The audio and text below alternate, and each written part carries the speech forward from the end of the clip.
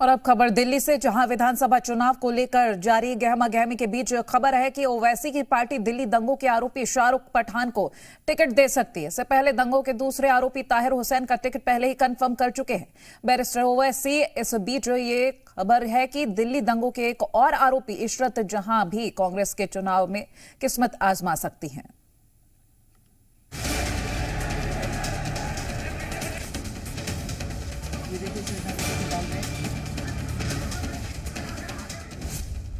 क्या दिल्ली दंगों के आरोपी बनेंगे चुनावी प्रत्याशी? क्या अब दंगों के आरोपी दिल्ली में विधायक चुने जाएंगे?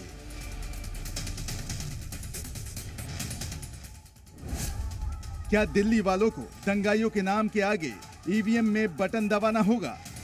कहते हैं राजनीति का ऊंट कब और कैसे करवट लेगा, इसका अंदाजा लगाना बेहद मुश्किल होता है। लेकिन कोई पार्टी भला किसी दंगाई को टिकट देने के बारे में कैसे सोच सकती है? ये सवाल क्यों उठ रहे हैं? इसके लिए ये तस्वीर देखना जरूरी है।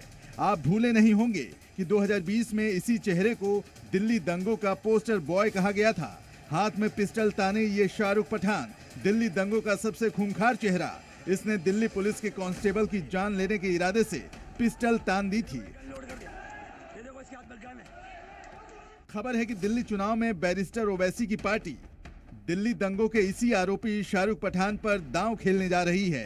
खबर है कि AIMIM सीलमपुर विधानसभा सीट से शाहरुख पठान को टिकट दे सकती है।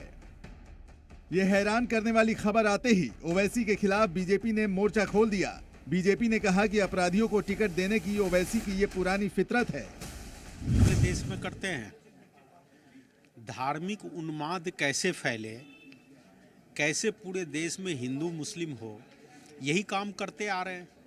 और उसी का परिणाम है कि पहले उन्होंने एक अपराधी को दिया जिनके ऊपर दंगे का आरोप था, अब दूसरे को दे रहे हैं। इससे पहले AIMIM दिल्ली दंगों के एक और आरोपी ताहिर हुसैन को टिकट दे चुकी है, जिसकी अनाउंसमेंट पहले ही कर दी गई है। ओवैसी की पार्टी ने ताहिर को दिल्ली के मुस्तफाबाद से AIMIM का उम्मीदवार बनाया है। आम आदमी पार्टी के पूर्व पार्षद ताहिर हुसैन पर 2020 दिल्ली दंगों के दौरान IB अधिकारी अंकित शर्मा की हत्या का आरोप है। साथ ही ताहिर पर दंगों की फंडिंग के भी आरोप हैं। ताहिर फिलहाल जेल में है।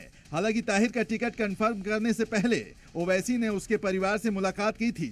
बीजेपी ने दंगाइयों को टिकट देने को मानसिक दिवालियापन करार दिया। कांग्रेस हमेशा देश में और समाज में किस तरह से अराजकता फैले इसकी कोशिश करती है। जिस तरह से दिल्ली के चुनाव में भी कन्हैया कुमार को उतारा गया था, अपने आप में बहुत बड़ा सवाल था। आप किसी भी व्यक्ति को दीजिए, लेकिन भारत का बुरा सोचने वाले व्यक्तियों को अगर आप लाते हो तो आपकी मानसिकता का दिवालियापन नजर आता है।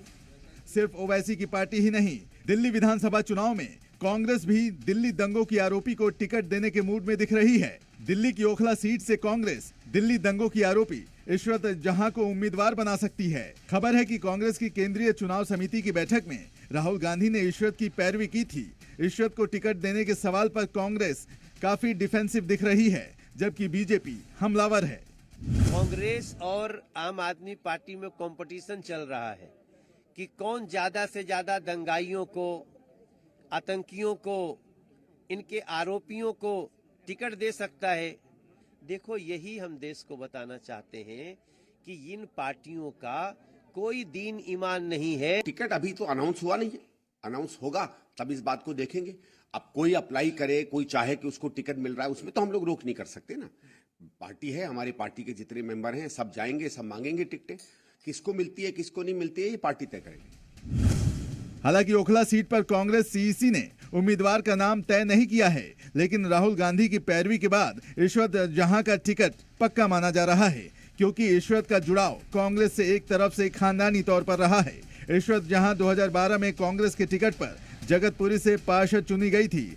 इशरत जहां ओखला सीट से विधायक और राज्यसभा सांसद रहे वरिष्ठ कांग्रेस नेता परवेज हाशमी की बहू है। दिल्ली से सैयद मुबशिर के साथ ब्यूरो रिपोर्ट, जी मीडिया।